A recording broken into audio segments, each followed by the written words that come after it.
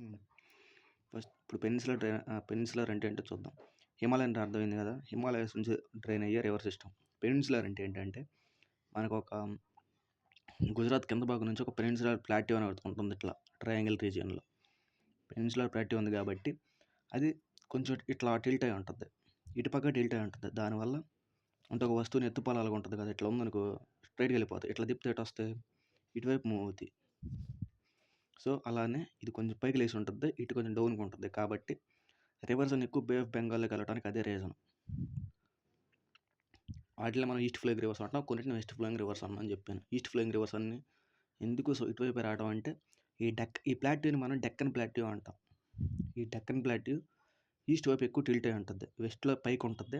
ఈస్ట్‌లో ఇటువైపు వంగి ఉంటుంది. కాబట్టి ఇట్లా రివర్స్ అని ఇటు మూవ్ అవుతూ ఉంటాయి. పెనిన్సులర్ రివర్ సిస్టమ్‌కి వద్దాం. పెనిన్సులర్ రివర్ సిస్టమ్‌లో చాలా ఇంపార్టెంట్ రివర్స్ ఉన్నాయి. వాటిలో కూడా డిస్కస్ చేద్దాం. First Mahanadi.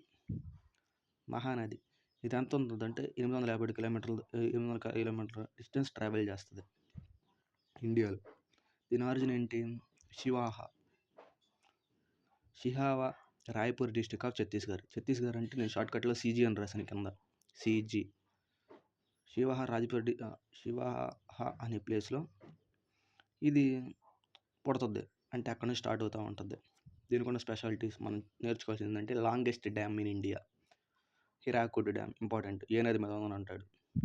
Longest dam in India Mahanadi మీద ఉంది. ఈ డ్యామ్ కట్టింది ఎవరు? మోక్షగుండం విశ్వేశ్వరయ్య అతని పేరు. మనకి ఎకనామిక్స్లో కూడా వస్తుంది. 5 ఇయర్స్ ప్లాన్లో కూడా ఉంటుంది. Mokshagundam Visvesvaraya first 5 years plan. ఈయన రాసిన బుక్ పేరు ఏం పేరు? ప్లాన్డ్ ఎకానమీ ఫర్ ఇండియా 1934 కూడా రాస్తాడు.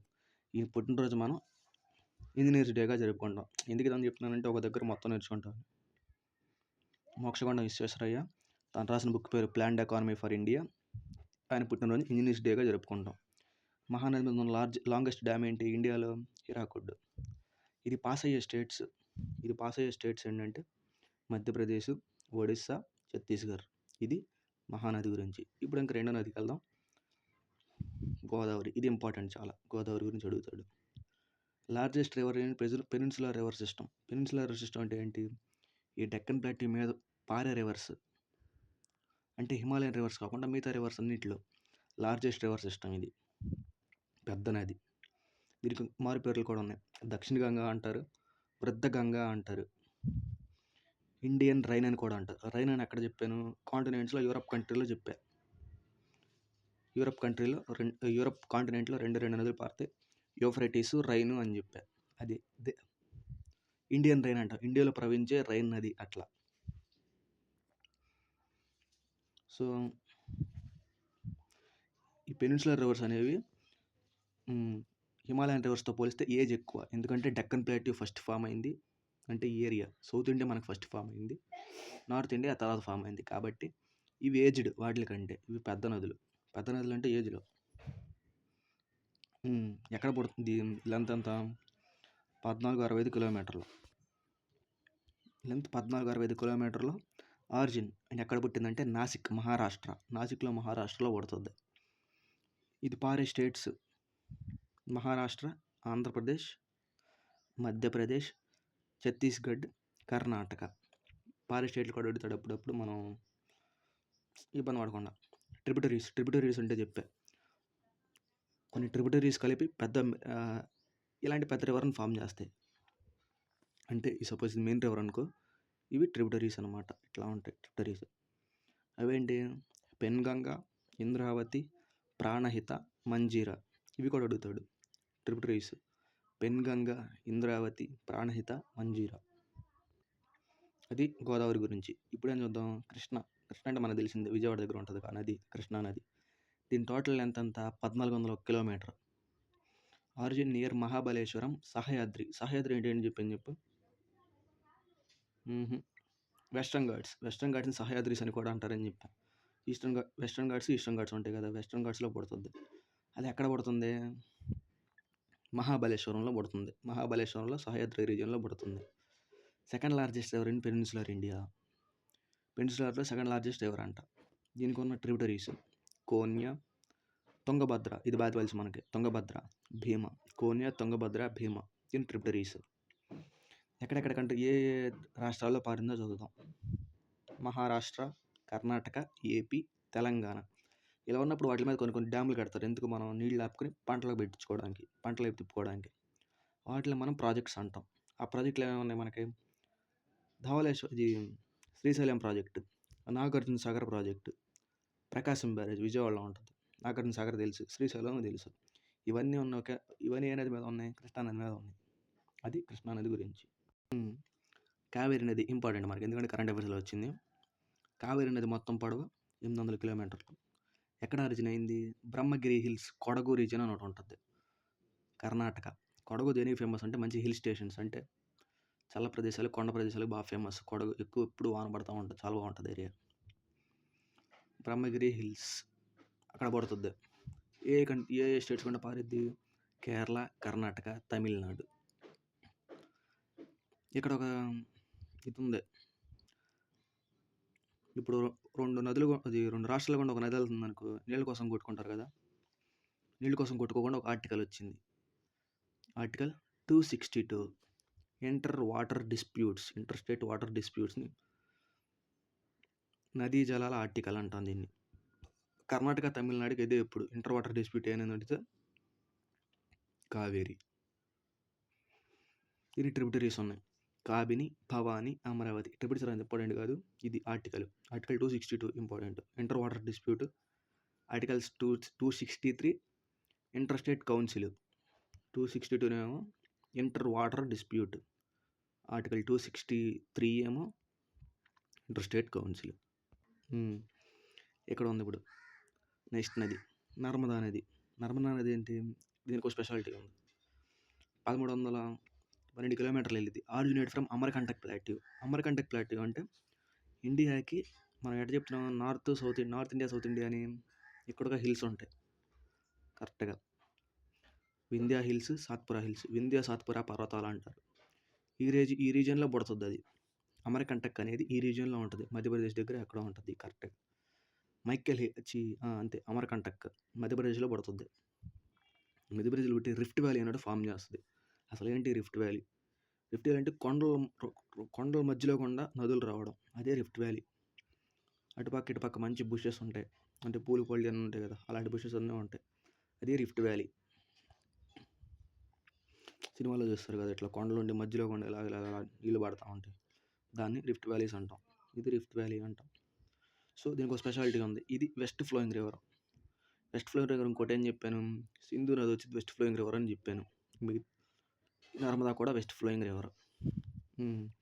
Drained into Arabian sea. మిగతా నదులు నీటి కలుస్తాయి, బే ఆఫ్ బెంగాల్లో కలుస్తాయి, ఇటుపక్క కలుస్తాయి. ఎందుకు? డెక్కన్ ప్లాట్ ఇట్లా వంగి ఉండదు అని చెప్పాను. ఇంకా 3 నదులు అరేబియన్లో కలుస్తాయి. 2 చెప్పేశాను, సింధు, నర్మదా. దీని మీద ఉన్న ఇది ఇంపార్టెంట్, ఎందుకంటే దీని మీద ఒక ఆందోళన చేశారు. ఆందోళన అంటే ఏంటి? ఒక మూమెంట్ లాగా, ప్రొటెస్ట్ లాగా. ఎందుకు? ఆర్టికల్ పేరు నర్మదా బచావో ఆందోళన్. నర్మదా బచావో అంటారు. ఇది ఎప్పుడు చేశారు? 1985లో చేశారు. దీంట్లో అసలు ఫేమస్ ఎవరు ఇక్కడ మెయిన్ లీడర్ అంటే మేధా పేట్కర్. ఇంపార్టెంట్ ఇది. నర్మదా బచావో ఎప్పుడు చేశారు? 1985లో. ఎవరు కెప్టెన్సీ వహించారు? మేధా పేట్కర్.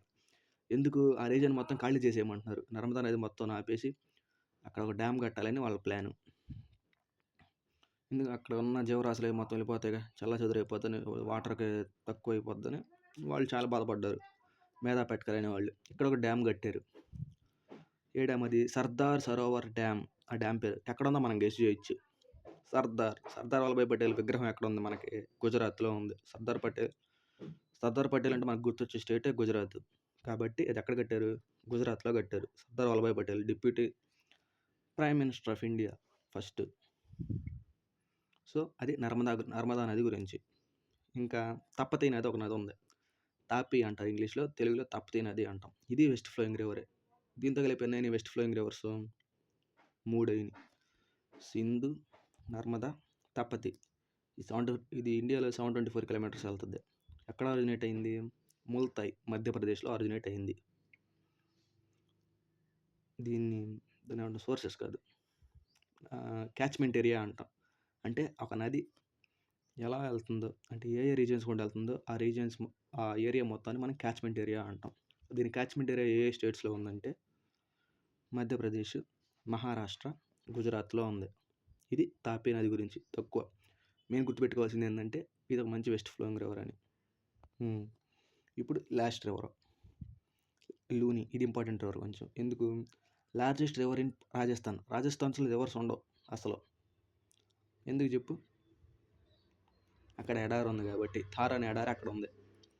థార్ ఎడారి ఉండడం వల్ల రివర్స్ ఉండడం చాలా తక్కువ. ఎడారి దగ్గర రివర్స్ చాలా తక్కువ కదా, సో అది ఇంపార్టెంట్. రాజస్థాన్లో ఉంది. ఎక్కడి నుంచి వస్తుంది? ఆరావళి రేంజెస్ అని చెప్పాను ఫస్ట్ రిలీఫ్ ఫీచర్స్లో. ఆరావళి రేంజెస్ అని చెప్పాను. ఆరావళి రేంజెస్లో పుడుతుంది ఎట్లా మెల్లిగా. ఆరావళి రేంజెస్లో హైయెస్ట్ పీక్ అంటే గురుశిఖర్ ఆరావళి హైయెస్ట్ పీక్. థార్ ఎడారి ఉండడం వల్ల రివర్స్ చాలా తక్కువ కాబట్టి ఇది important river. Largest river in Rajasthan is called Luni. Luni నది ఫస్ట్ 2 నదులు. ఇది 2 నదులు కలిపి ఒక నదిని ఫామ్ చేస్తాయి. అలా మన దాంట్లో ఎన్ని ఉన్నాయి? గంగ కూడా అంతే కదా. అలకనంద, భగీరథ కలిపి గంగా నదిని హరిద్వార్ దగ్గర ఫామ్ చేస్తాయి, దేవప్రయాగ. సో సరస్వతి, సబర్మతి అనే 2 నదులు ఉన్నాయి. సబర్మతి అనేది తెలుసు, తాత గాంధీ తాత ఆశ్రమం పెట్టింది సబర్మతి అనే ప్లేస్లో. సబర్మతి ఆశ్రమం సబర్మతి నది ఒడ్డునే పెట్టాడు గాంధీ తాత. సరస్వతి, సబర్మతి కలిపి ఈ లూని అనే నదిని ఫామ్ చేస్తాయి. ఇది సముద్రంలో కలదు, అది గుర్తుపెట్టుకోవాల్సింది. ఇది సముద్రంలో కలదు. జాయిన్ రాన్ ఆఫ్ కచ్, గుజరాత్లో రాన్ ఆఫ్ కచ్ అని ఒక ఏరియా ఉంటుంది, అక్కడ కలుస్తుంది. సరస్వతి ఈ 2 ఎక్కడ కలుస్తాయి? గోవింద్ ఘర్ అనే ప్లేస్లో కలుస్తాయి. లూని నదిని ఫామ్ చేస్తాయి. ఈ నది ఎఫిమెరల్ అంటే ఏంటి? ఎఫిమెరల్ అంటే ఇది నాన్ కంటిన్యూయస్. అంటే అక్కడొక ముక్క, అక్కడొక ముక్క, అక్కడొక ముక్క, అక్కడొక ముక్క, అట్లా అన్ని రోజు అలా ఉంటాయి, ఇలా ఉంటాయి కదా, ఇలా తిరుగుతూ వెళ్తాయి. కానీ ఇది అక్కడొక ముక్క, అక్కడ ముక్క. ఎఫిమెరల్ అంటే అది not continuous, not lasting, transient ఇంగ్లీష్లో. అది దాని గురించి. ఇంకా కొన్ని స్టేట్స్, కొన్ని రివర్స్ ఉన్నాయి, అవి ఇంపార్టెంట్ బాగా. Other reverse. సువర్ణరేఖ అంటే బీహార్. సువర్ణము అంటే ఏంటి? బంగారం. రేఖ అంటే లైన్. ఈ నదిలో బంగారం ఎక్కువ దొరికింది కాబట్టి దాన్ని సువర్ణరేఖ అంటాం. అది బీహార్లో ఉంది. ఇంకోటి ఇంపార్టెంట్ రివర్స్. గోవాలో ఇంపార్టెంట్ రివర్స్ ఏంటి? మండోవి, జువారి. ఇవి ఇంపార్టెంట్ కాబట్టి ఇట్లా చెప్తాను. వీటి గురించి అంత హిస్టరీ ఏం లేదు. గోవాలో మండోవి, జువారి. ఇంకా మనకు తెలిసిన మన దగ్గర స్టేట్ కేరళని ఏమంటారని చెప్పాను? గాడ్స్ ఓన్ కంట్రీ అంటారు, యాలకుల దేశం అని కూడా అంటారు. దీంట్లో లార్జెస్ట్ ఎవరంటే భరత పూజ, అన్నామలై హిల్స్ అంటే మనది అన్నామలై శాంచురీ కూడా ఉంది, బయోస్పియర్ రిజర్వ్ కూడా ఉంది అన్నామలై, కేరళకి సంబంధించి. అయితే తర్వాత చెప్తా బయోస్పియర్ రిజర్వ్స్. ఇప్పుడు లాంగెస్ట్ ఎవరేంటి? భరత పూజ, ఆల్సో నోన్ యాజ్ పొన్నాని అని కూడా అంటాం. దీన్ని పొన్నాని అని కూడా అంటాం.